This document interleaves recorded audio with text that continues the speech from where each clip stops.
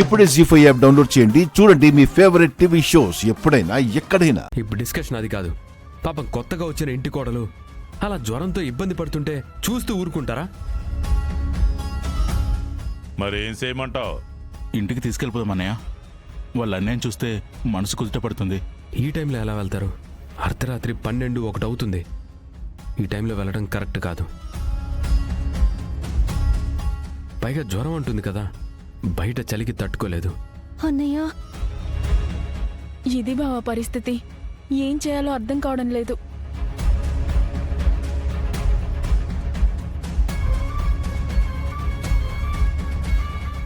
ఇప్పుడేంటి?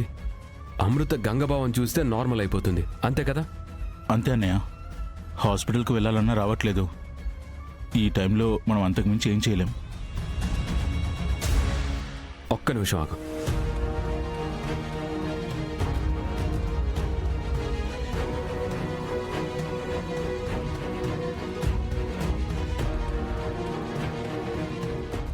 అమృత, అమ్మ అమృత. ఏంటి బావా? ఒక్కసారి చూడు.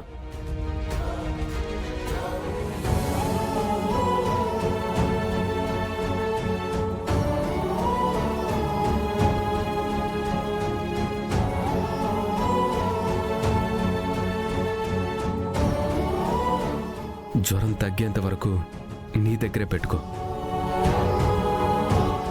నిన్ను ప్రేమించి నా తమ్ముడు గుండెల్లో పెట్టుకొని ఉండొచ్చు, కానీ మీ అన్నయ్యని నువ్వు గుండెలకి హత్తుకుంటే మీ అన్నయ్య ఓదార్చిన ఫీలింగ్ నీకు కలుగుతుంది. జ్వరం తగ్గేంత వరకు నీ దగ్గరే పెట్టుకో.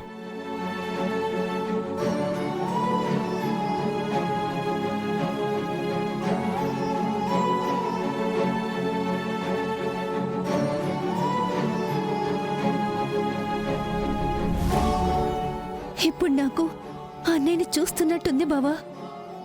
చాలా సంతోషంగా ఉంది.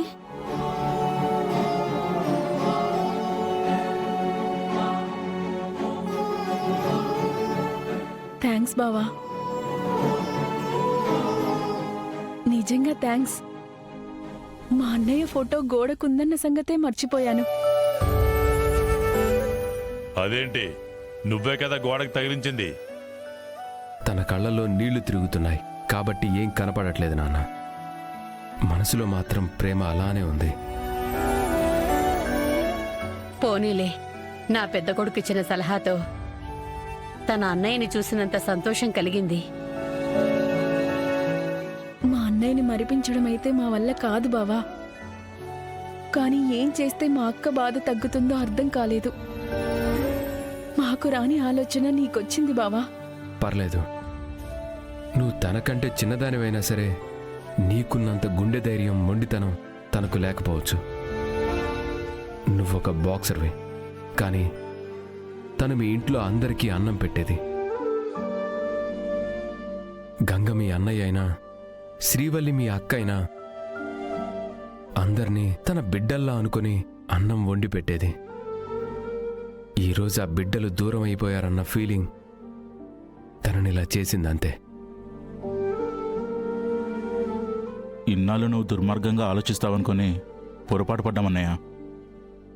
నువ్వింత గొప్పగా ఆలోచిస్తావనుకోలేదు. లేదురా, నాన్న వాళ్ళ మొండితనంతో, పగలు కక్షలు అంటూ చెప్పడంతో అలా పెరిగాను. చివరికి ఏది మంచో ఇప్పుడు తెలుసుకున్నాను.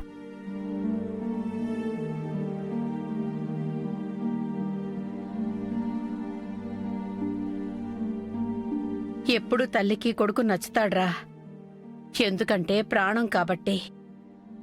ఈరోజు నువ్వు నచ్చావురా, నీ పద్ధతి నచ్చింది. దేవుడు నిన్ను చల్లగా చూడాలి.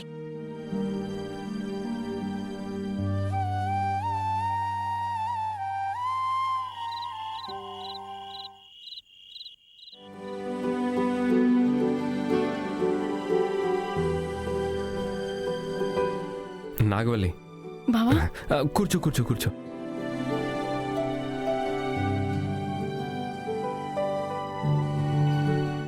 ఈ టైంలో పూలు కడుతున్నావేంటి నాగవల్లి? రేపు పూజుంది కదా బావా, అందుకే కడుతున్నాను. బట్టల సారా ఎదురుపడ్డాడు. నీకోసం ఒక శారీ తీసుకొచ్చాను.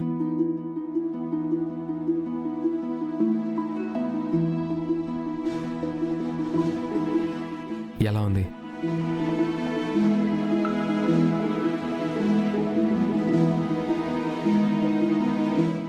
చాలా బాగుంది బావా. అంతేనా?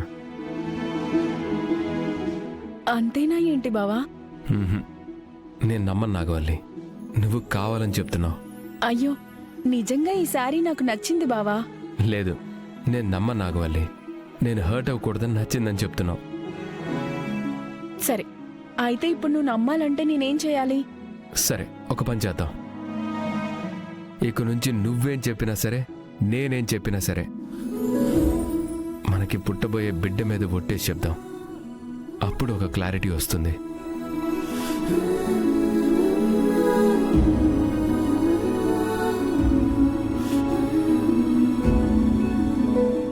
బిడ్డ మీద ఒట్టేసి చెప్తున్నాను. నువ్వు తీసుకొచ్చిన చీర బ్రహ్మాండంగా ఉంది బావా. నాకు ఈ చీర చాలా బాగా నచ్చింది. ఏంటన్నయ్య వదినకు చీరగా ఉన్నట్టున్నావు?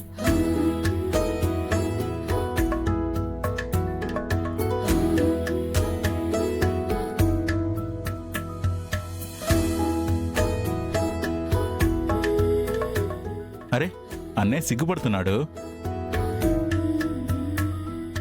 ఇంకేంటి బావా, నాగవల్లికేనా లేకపోతే రేపు పుట్టబోయే బిడ్డకు కూడా డ్రెస్సులు కొన్నావా?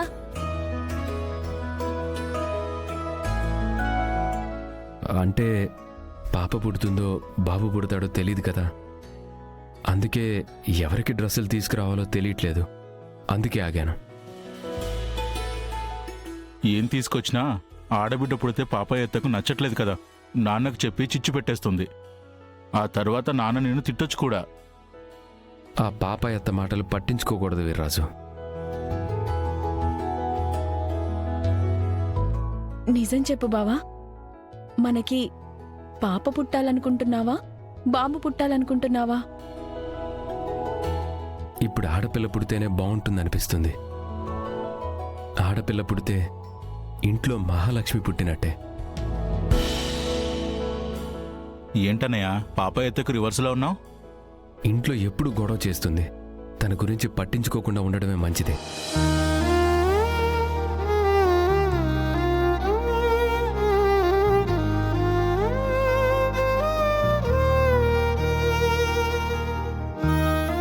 బావా, నిజంగా నువ్వు ఇలా మాట్లాడుతుంటే చాలా ఆనందంగా ఉంది. ఎప్పుడు మన మధ్య ఏ గొడవలు రాకుండా ఇలాగే ఉండిపోవాలి. నీకు నేనున్నా నాగవల్లి.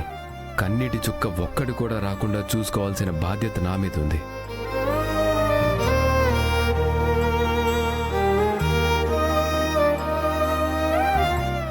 ఓహో,